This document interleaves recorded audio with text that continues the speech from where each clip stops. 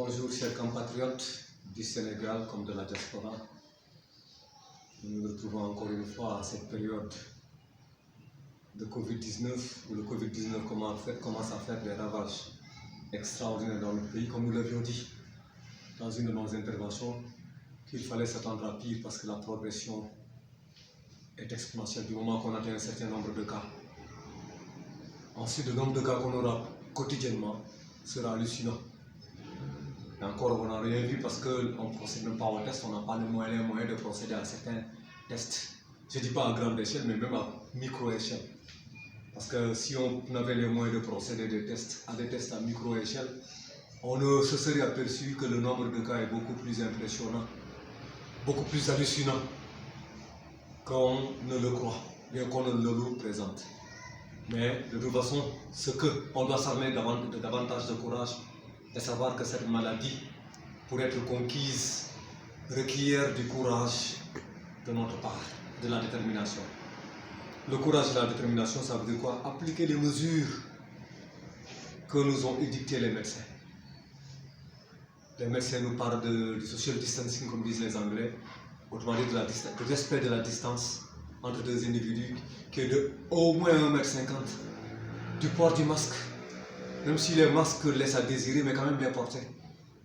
Parce que ainsi on protège l'autre, et en protégeant l'autre, on se protège soi-même. On parvient à casser la chaîne de la transmission de cette maladie. Parce que tant qu'on ne parviendra pas à casser la chaîne de transmission de cette maladie sera toujours là parmi nous, qu'elle soit invisible ou visible, peu importe. C'est une maladie. Les adjectifs ne sont pas importants. Ce qui est important, c'est de voir que cette maladie, elle est mortelle, elle est fortement contagieuse, sa propagation est exponentielle. Et nous commençons, nous au Sénégal, nous en rendre compte.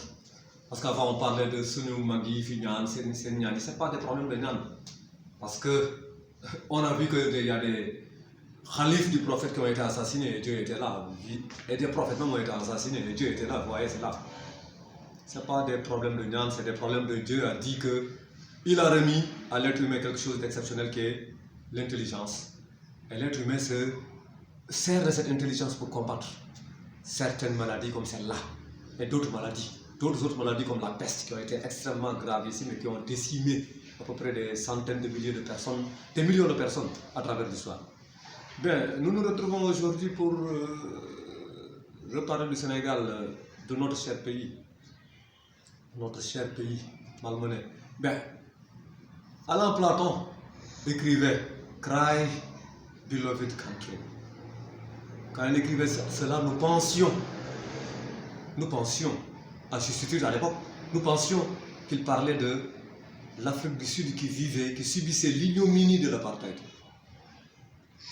Certes, il parlait de l'Afrique du Sud, il parlait du régime d'apartheid alors, mais aussi il parlait de tous les autres régimes qui ressemblaient à s'y méprendre au régime d'apartheid, qui étaient soumis à des dictatures tyranniques qui faisaient plier les peuples d'Afrique noire, et d'Afrique noire en particulier.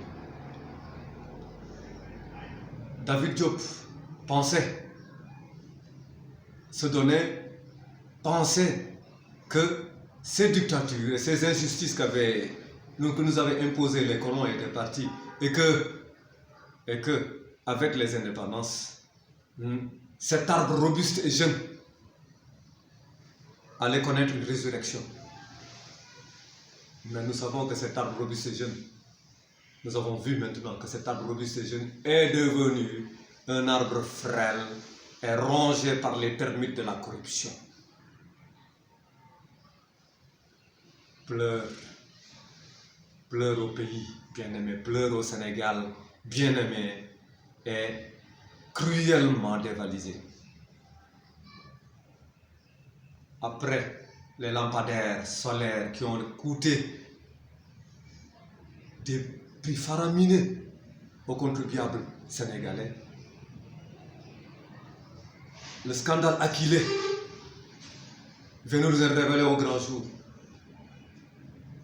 Aquilé, qui est une entreprise qui vient juste de sortir du ventre de sa mère et à laquelle la Sénélec a accordé un contrat de 187 milliards sur 10 ans, et de façon exclusive.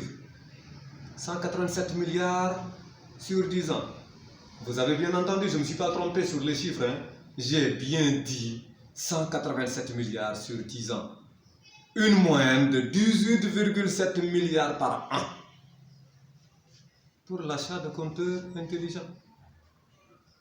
Alors que la Sénélec avait déjà reçu un financement de l'AFD, Agence française de développement, et de la Banque mondiale, pour pouvoir se procurer ces mêmes compteurs intelligents. Donc à un prix inférieur, donc de loin inférieur au prix que lui proposerait Aquilé.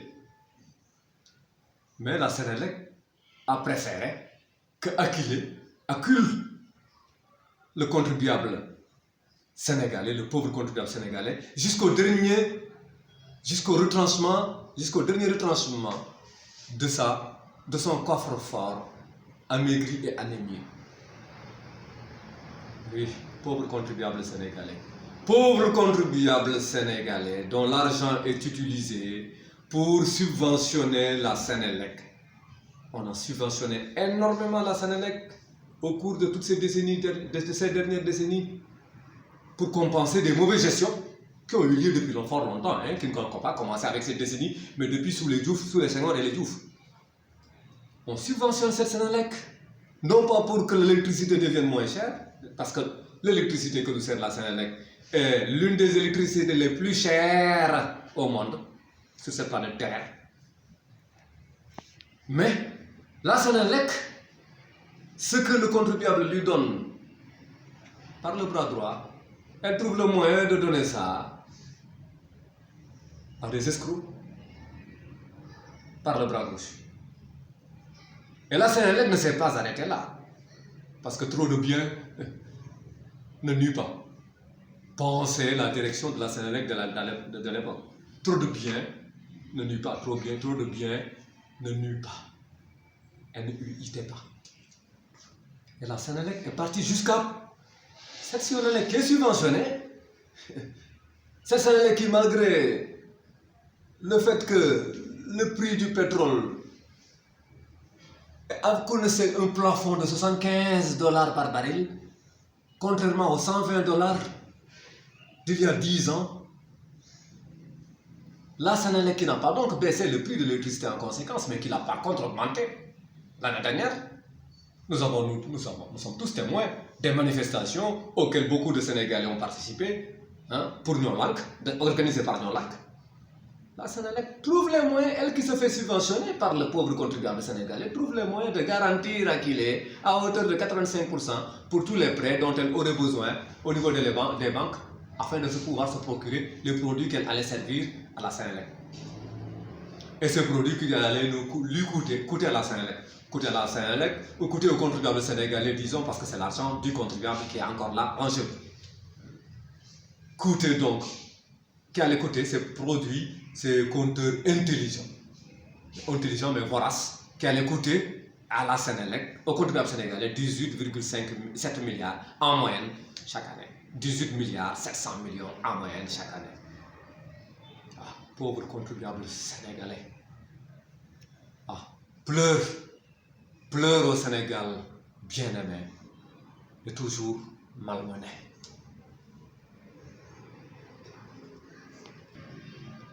Pleure au Sénégal, bien-aimé, c'est toujours malmené et dévalisé.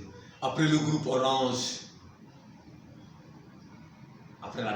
au lendemain de la dévaluation du franc CFA de 1994, après Alizé que nous avons perdu, que nous avons vendu à un franc symbolique, et c'était le PS qui était là à l'époque, et qui avait pu vendre cruellement, de façon éhontée, Alizé dans lequel nous avions investi des milliards, des dizaines de milliards de francs CFA, contre un franc symbolique, vous avez bien entendu, je ne me suis pas trompé, un franc symbolique. Après, les mines d'or de Sabadola, après les zircons, qui a été, je perds même mon français à cause du scandale que constitue le zircon. Le zircon qu'on a cédé à des groupes français qui en font ce qu'ils veulent chez nous, qui l'exploitent, qui tirent ça de chez nous pour aller vendre ça comme ils l'entendent, alors que c'est un minerai très cher. N'oublions pas, c'est un minerai très cher. On nous dit qu'il n'y a que le diamant qui est plus cher que le zircon, comme parmi les minerais plutôt. Ben, après tout cela maintenant, c'est les mines de fer de la Falémé qui sont livrées à un groupe turc. Je ne dis pas qu'ils sont vendus, hein, mais qui ont été livrés à un groupe turc. Et on ne s'arrête pas là, parce qu'on leur a fait tellement de... Non seulement on leur vend ça à un prix nul, mais on leur fait des exemptions sur des taxes à payer, même sur la TVA, ce qui est scandaleux, des exemptions sur la TVA, sur des taxes qu'ils auraient dû payer. Et encore que c'est le ministre qui signe ça, l'Assemblée même n'est même pas consultée là-dessus. Hein?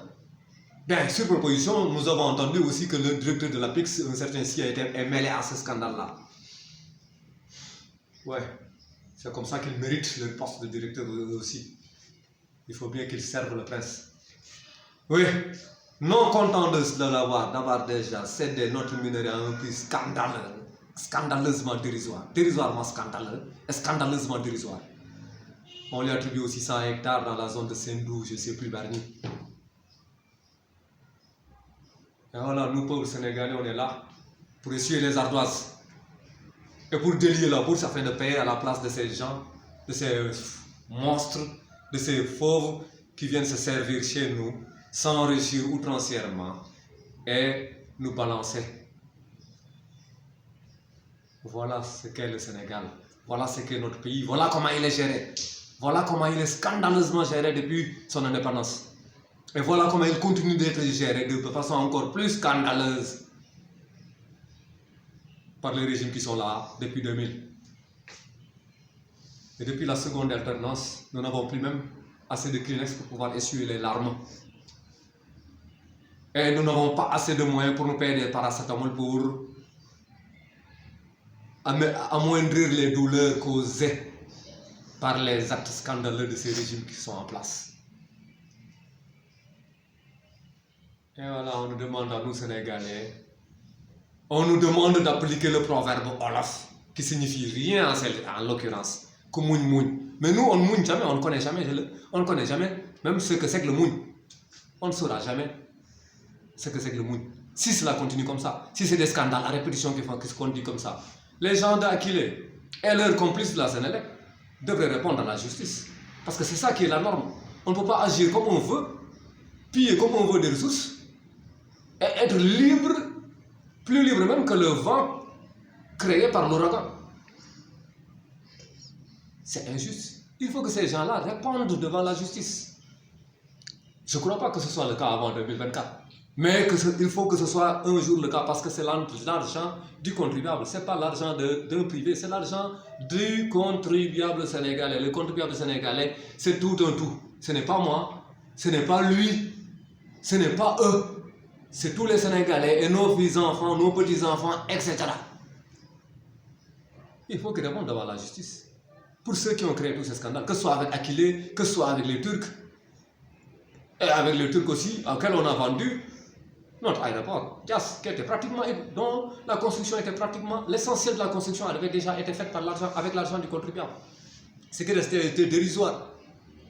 Et c'est ce dérisoire-là qui a fait que les Turcs là vont gérer cet aéroport encore pendant 30 ans. Vous vous rendez compte, pendant 30 ans, 3 décennies.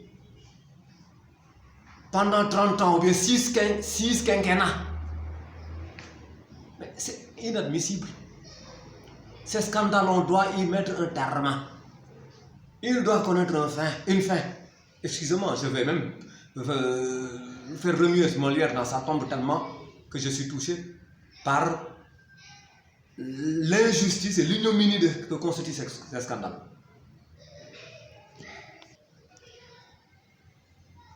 L'aéroport de Dias, lors de son ouverture, on a vu qu'une société a été créée par des proches du pouvoir et a remplacé d'autres sociétés qui étaient dans l'aéroport, Léopold Sédar Senghor.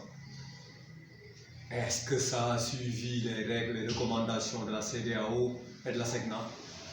J'en doute. J'en doute. Pleure au pays, au Sénégal bien-aimé. On se rappelle, on sait toujours que le dossier Petro-Tim est entre les mains de la justice sénégalaise. On espère qu'elle fera son travail comme il se doit parce que nous la croyons indépendante. Et nous croyons qu'elle agira avec toute la force de son indépendance et de son autonomie pour tirer au clair ce dossier Petro-Tim qui, nous nous rappelons, avait été dans le décret d'attribution à Petro-Tim a été signé par le chef de l'État qui avait pourtant recommandé un audit de l'IGE, l'Inspection générale d'État, et il disposait des conclusions de l'IGE, et malgré ce que semblait suggérer ces conclusions de l'IGE, lui il a pris la résolution de signer le décret pour attribuer le TIC à Petro-Tim.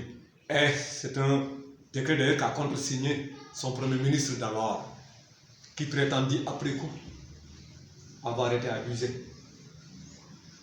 Mais on ne sait pas comment il s'y est pris pour être abusé, parce qu'il disposait de tous les canaux et tous les moyens d'information et de renseignement avant de pouvoir apposer sa signature. Est-ce qu'il s'est servi de ces moyens d'information et de renseignement? Nous en doutons puisqu'il prétend avoir été abusé. Alors qu'il devait se servir de ces moyens de renseignement et d'information. Rien n'en empêchait de téléphoner au directeur de société qui était là, Petrosen, je ne sais plus, etc., pour s'informer. Parce qu'il pouvait le faire avant d'apposer sa signature, mais il a apposé sa signature pour prétendre après qu'il a été abusé. Ce que nous savons par contre, c'est que le peuple sénégalais, lui, pour une myriade de fois, comprenez par là, pour un millième de fois, a été abusé jusqu'au point d'être désabusé.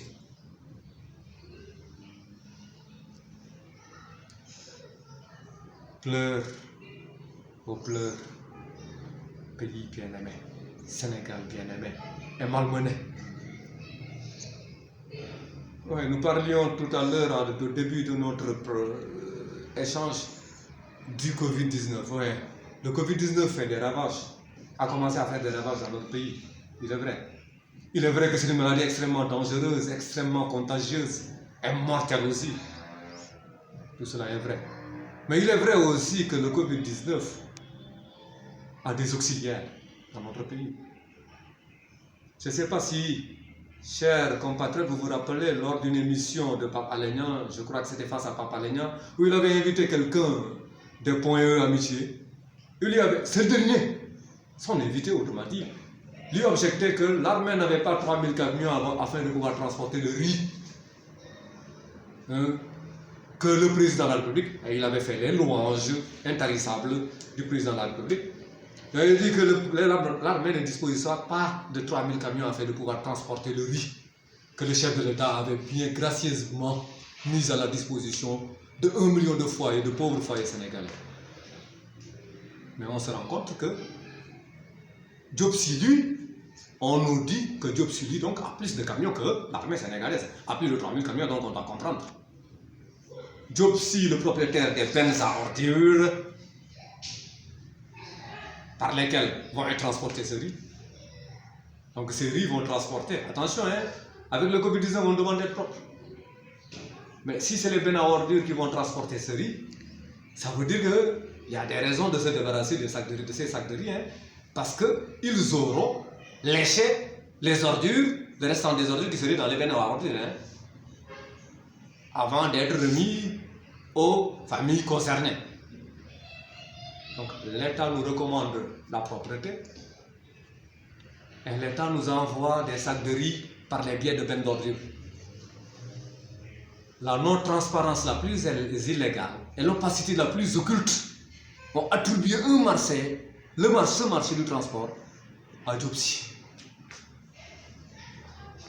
Et depuis lors, on les voit au niveau de tous les médias piailler comme des oiseaux qui ont perdu leur refuge, afin de nous faire comprendre que Oui, le marché a été attribué dans la légalité que Dieu s'y était.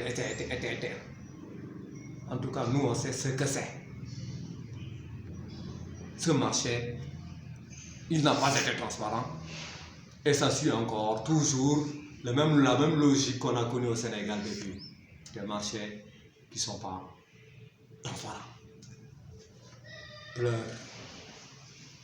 Pleure au pays bien-aimé. Pleure au pays trop malmené. Oui.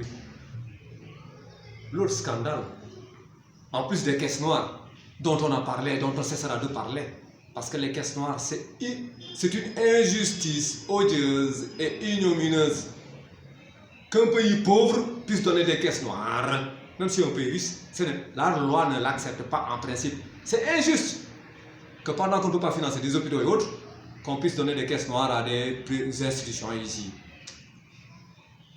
Et que ça ne suscite pas la révolte de certains politiques. Les gens doivent se prononcer contre ces caisses noires, parce que ces caisses noires n'ont rien à faire ici, on n'en a pas besoin. Elles ne nous arrangent pas. Sinon, peut-être ce sont des moyens de pression pour ceux qui disposent de ces caisses noires. Mais ce n'est pas les caisses noires en tant que telles qui m'intéressent ici ou cette fois-ci, mais c'est la dette, c'est le caractère exponentiel de la dette du Sénégal. Elle est passée à plus de 9 000 milliards de francs CFA, au point que le FMI m'avait dit que non, le Sénégal ne peut pas emprunter plus de 500 milliards au cours de cette année. Parce que la dette a atteint le caractère, mais c'est plus de 70% du PIB sénégalais, cette dette-là. Et pourtant, George Bush, qui est un Américain loin les États-Unis, il y a tout l'océan Atlantique qui nous sépare déjà des États-Unis. Mais malgré tout, lui, il avait dit qu'attention, dans son initiative PPTE, qu'un pays pauvre, très endetté, ne pourra jamais décoller. Et ne pourra jamais s'affranchir de la pauvreté afin de pouvoir améliorer le sort de ses populations. Mais la dette est passée. Alors, en 2005, elle est passée de 3 000 milliards à maintenant 9 000 et quelques milliards. Mais c'est scandaleux. Mais l'amertume n'aurait pas été forte chez nous si on savait que cette dette avait servi à construire des écoles, avait servi à construire des hôpitaux, des centres de santé, avait servi à creuser des forages. Si on avait su cela, on ne serait pas si amertume que cela par rapport au montant faramineux de cette dette. Si on avait su que cette dette avait servi à recruter des enseignants, si on avait su que cette dette avait servi à recruter des médecins, des personnels de santé, des infirmiers, des sages-femmes, etc. Si on avait su que cette dette avait servi à recruter davantage d'agents pour les forces de sécurité et de défense, l'amertume ne serait pas forte en nous. Mais l'amertume est forte en nous parce qu'on n'a pas vu la couleur de l'argent de cette dette. On rembourse. C'est nous qui payons tout le temps les 1200 milliards, etc., de service de la dette.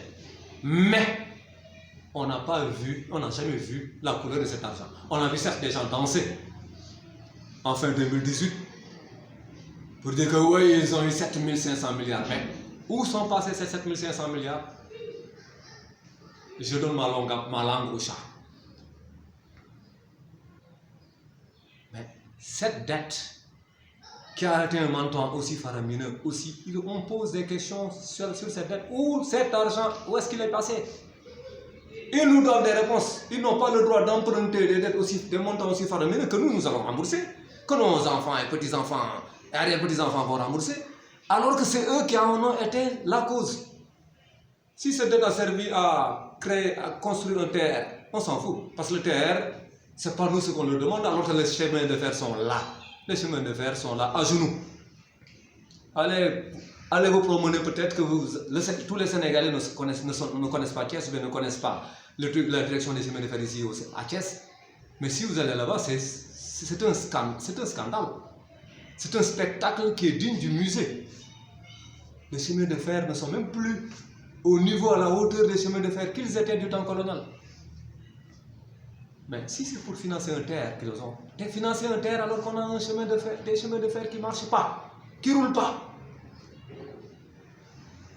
Mais, donc, chers Sénégalais, de grâce, c'est notre droit, c'est notre argent, ce sont nos sous. Ce n'est pas le sou des présidents ni des ministres. Hein. Les ministres ils sont payés par nos sous. Les costumes et les cravates qu'ils portent, c'est nos sous. Les voitures et les chauffeurs qui conduisent ces voitures-là, ce sont nos sous qui les payent. Ce n'est pas eux. Ce sont nos sous. C'est pourquoi nous avons le droit de parler ainsi. Hein. Si ce n'était pas nos sous, ça ne regarde pas. Si c'était leurs sous qui les brûlent, ça ne nous empêcherait pas de dormir. Mais c'est parce que ce sont nos sous alors que nous n'avons pas des hôpitaux, nous n'avons pas d'école, nous n'avons pas d'université, nous n'avons rien, nous n'avons même pas d'agriculture, nous ne sommes pas autosuffisants en agriculture. C'est pourquoi nous en parlons. Et donc, comprenez que c'est nous tous qui devons en parler. Ce n'est pas des individus seulement isolés qui doivent en parler. Ceci, c'est plus important même que les manifestations contre l'électricité chère. La dette astronomique, c'est plus important que ça. Les caisses noires, c'est encore plus important que ça. On doit marcher, se manifester pour l'abolition de ces caisses noires. Et pleure au pays bien-aimé. Et au revoir, chers Sénégalais fatigués.